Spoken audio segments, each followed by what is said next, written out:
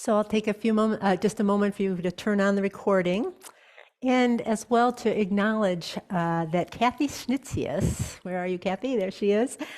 She's a member of the Social and Environmental Justice team. She played an active role in planning this morning's service. And we also connected with our speaker through Alyssa Remsburg. So thank you for those contributions. So our speaker this morning, Dr. Margot Higgins, is an associate teaching professor in the Sustainability and Environmental Studies program at UWL. She worked with her students on the Stories from the Floods project that we'll be hearing about today. But some of her academic achievements include back in 1997, she received a BA in American Studies and Art History from Colby College in Waterville, Maine. And in 2005, a Master's of Science in Environmental Studies from the University of Montana in Missoula. And in 2010, she received a MA in Human Development from the Graduate School of Education at UC Berkeley. And then in 2015, she earned her PhD in Environmental Science, Policy, and Management at UC Berkeley. And she's a woman after my own heart, because she will ski the 50-kilometer Birkebeiner for the 5th time this coming year. And thus she states she's a person who welcomes and celebrates winter. She also enjoys bicycle touring, gardening, and singing in a local Eastern European polyphonic choir called Ember. I'd love to learn more about that. So please welcome Dr. Margot Higgins, and I'll remind you to put on your microphone.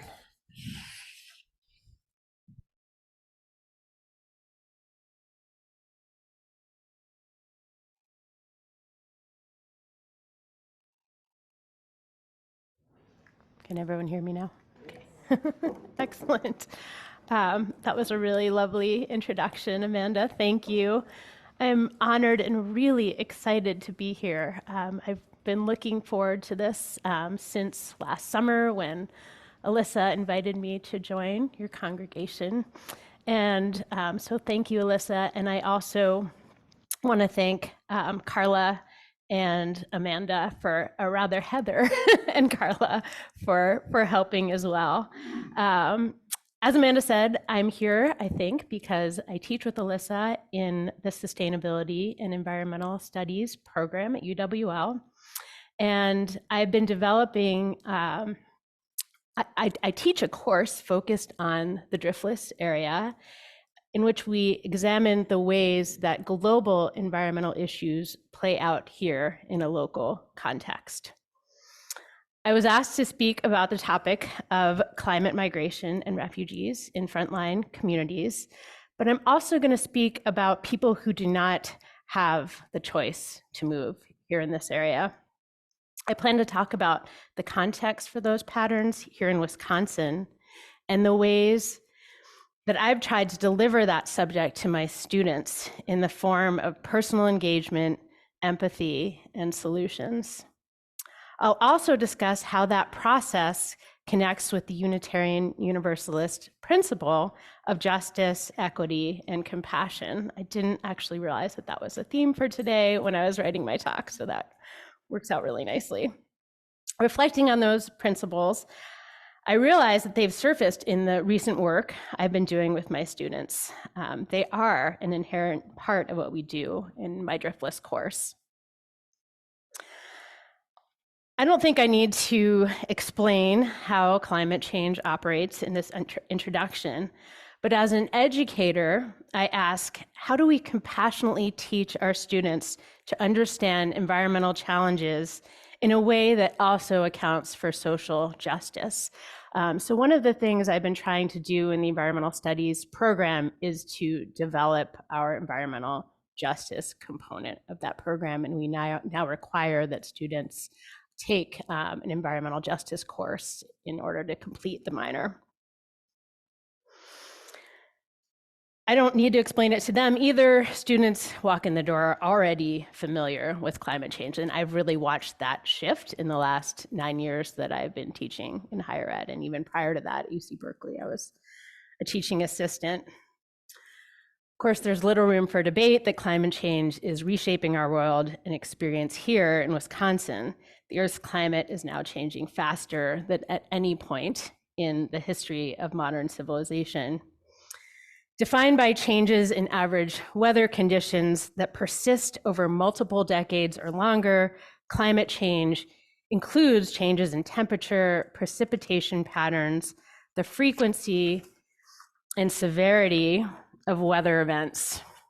When combined with physical, social, economic, and other environmental vulnerabilities, climate change can undermine food, water, health, and economic security, the many themes that came up in our children's video.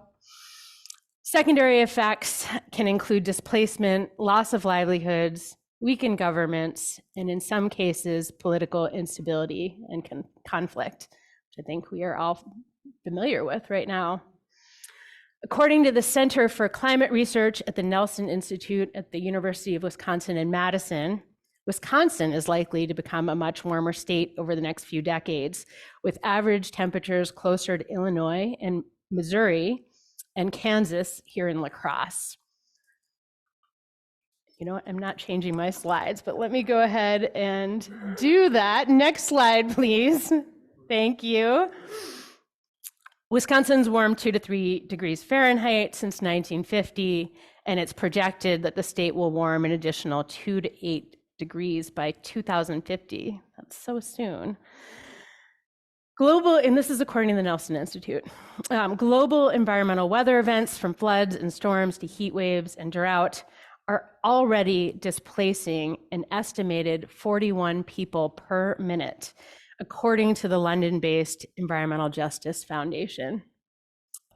The UN reports that an average of 21.5 million people were forcibly displaced each year by sudden onset weather-related hazards between 2008 and 2016, with thousands more being displaced from slow onset hazards linked to climate change impacts. Over the next 50 years, millions of Americans will be caught up in this churn of displacement, forced inland and northward, in what will be the largest migration in our country's history. By comparison, the Dust Bowl exodus was previously the largest migration, and that included 2.5 million people who moved out of the Plain States.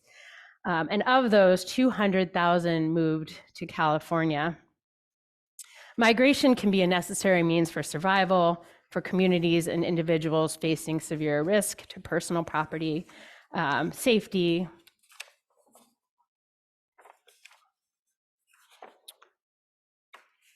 Sorry, is that the next page? Or loss of livelihood. And it is often the only option to meaningfully reduce risk. We define frontline communities by those who experience the impact of climate change first and worst.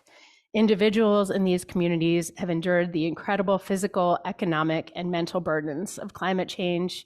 Here in Wisconsin, due to flooding, they've been forced to rebuild their homes and lives after climate-fueled floods take everything. And floods are so different from other climate-related events like a fire because you're forced to continue living in that environment. Your house is destroyed often, or it is destroyed in a way that makes conditions unhealthy with mold and other kinds of damage, but it doesn't disappear. So it's a really different experience. Here in Wisconsin, they've been forced to rebuild their homes and lives after climate-fueled events take everything. Many people are not able to migrate and instead become stuck. Because of their lived experience, people in frontline communities have become experts on the climate crisis. Not just what it's like to go through that kind of event, but what solutions actually work on the ground. Which is why their voices and leadership are so important to the future of the climate movement. We're going to come back to that point. As a term, climate refugees refers to any particular group of people forced to move from their homes due to gradual or sudden climate changes. While some see their homes being completely uninhabitable or destroyed, others are forced to move to a reduced quality of life and access to essential utilities. And often they get trapped physically because bridges blow out, roads get destroyed. Across the world, the climate crisis disproportionately impacts Black, Indigenous, and poor communities, especially women. In fact, the UN estimates that women make up 80% of climate refugees. Let's turn for a moment to California, where I went to grad school. California is the most populous state in the US and a global economic powerhouse. Nevertheless, it's also one of the world's most varied and volatile climates. Scientists and public officials are concerned about the impacts that human caused climate change will inflict upon California. Already subject to drought, wildfires, and extreme weather, California's environmental and social problems will be exacerbated by a warming world. Wisconsin remains one of the least vulnerable states in the nation against climate change. So it's not surprising that California residents were the third highest population from a different state to move to Wisconsin in 2019. The others were Illinois and Minnesota. Interestingly, people are migrating to Wisconsin, and they're people who generally have more wealth, who drive up property values and increase wealth disparity. Nevertheless, in Southwest Wisconsin, we are also experiencing more intense and frequent heavy rains due to climate change, and this past summer, more drought, resulting in flooding, eroding soil, washing out roads and bridges, breaking dams, overwhelming sewage treatment, causing greater algae blooms and illness. Insurance and mortgage companies are shifting to reflect mounting climate risk, pricing people out of risky areas and forcing people to remain in places subject to climate disaster. This is a reality in many rural communities in our region. In 2018, the third 100-year flood in this region caused an estimated $29 million in damage to businesses, homes, and public infrastructure next door in Vernon County, creating almost $1,000 per person damage in a county with a 13.6% poverty rate. So Vernon County is one of the poorest counties in the state. In the aftermath of those floods, the Driftless Writing Center created an oral history project, Stories from the Floods, as a way to empower people who'd been stuck by yet another wave of climate disaster and the associated repeated trauma. So these people have been repeatedly subject to flooding, and so many in the last 15 years. In the aftermath of the Stories from the Flood project was designed to record the loss of place and sense of belonging and frustration that financial constraints pose for victims of flooding. Many people who experience floods do not have mental health support. And the Driftless Writing Center strongly believes that storytelling, I now believe that's the case too, can be a container for people to explore and recreate their own experience. They can support individual and collective healing. They allow us individually to reframe events and community-wise 2 weeks after, 6 weeks after, and a year after catastrophes. To launch the project, the Driftless Writing Center collaborated with dozens of volunteers, librarians, professors, and students. We conducted over 100 interviews in about a dozen Driftless communities, mostly through public libraries. Those interviews were coded and transcribed by students, my students and those at the University of Wisconsin-Madison, for permanent housing in UWL's oral history program. When I experienced for the first time the way that climate change is expressing itself in our region, I began thinking about how to integrate those events into my teaching and also my research. Stories from the floods seemed like a good entry point, and it kind of evolved at the same time. So I was So I joined the project and created classes to accompany the collection of oral histories, transcription, and coding. Projections of the expected scale of climate change are becoming repetitious and really tiresome. Academic learning can be abstract, quantitative, distant, or removed from the problems at hand. Students today are increasingly experiencing phenomena known as climate anxiety. Author of the book, A Field Guide to Climate Anxiety, How to Keep Your Cool on a Warming Planet, author Sarah Jaquette Ray says educators need to create a healing space in the classroom and engage student emotions. She makes a convincing argument that these emotions are more integral to learning than logic. Emotions dictate more action than data and research, according to Dr. Ray. Author and founder of the National Resources Defense Council, Gus Speth, agrees. As he famously put it, the top environmental problems are grief and apathy. One of the lessons I try to instill in my students is that academic knowledge should benefit people in the community. I teach about the Wisconsin idea that education should influence people's lives beyond the boundaries of the academic institution. Thus, this project instilled a way for students to engage emotionally, develop compassion, and consider solutions, not by acting as students in a classroom, but by learning about them through the people they interviewed and engaged with.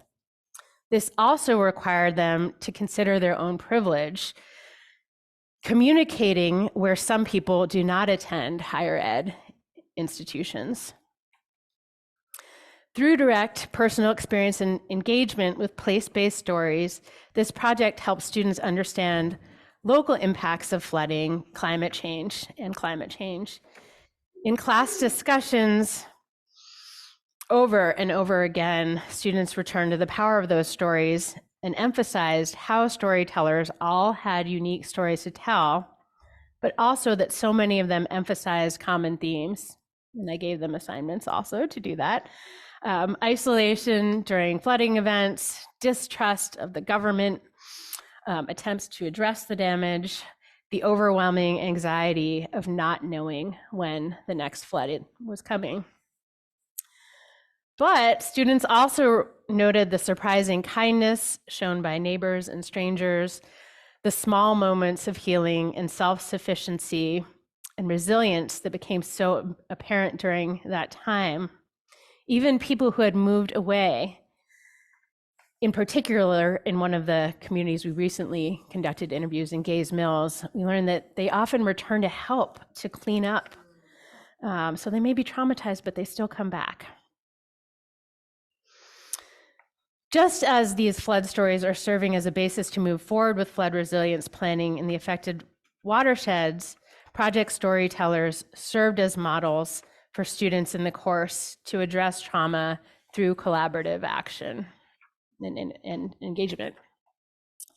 The project was also designed to empower students with a sense of accomplishment by adding their work to the permanent UWL collection of oral histories that can be used by future students, scholars, historical societies. They're also housed in the Verdon County Historical Society, and environmental planners, among others.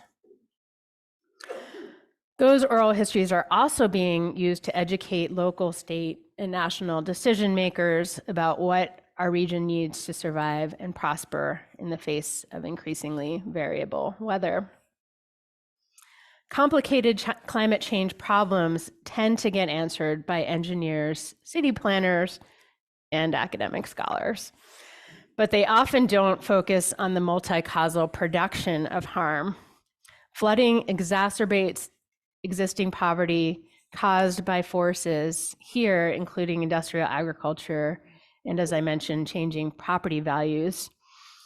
Solutions tend to address the structure, they need to address the structural inequalities, social, economic, and political, that shape a person's decision or ability to move elsewhere.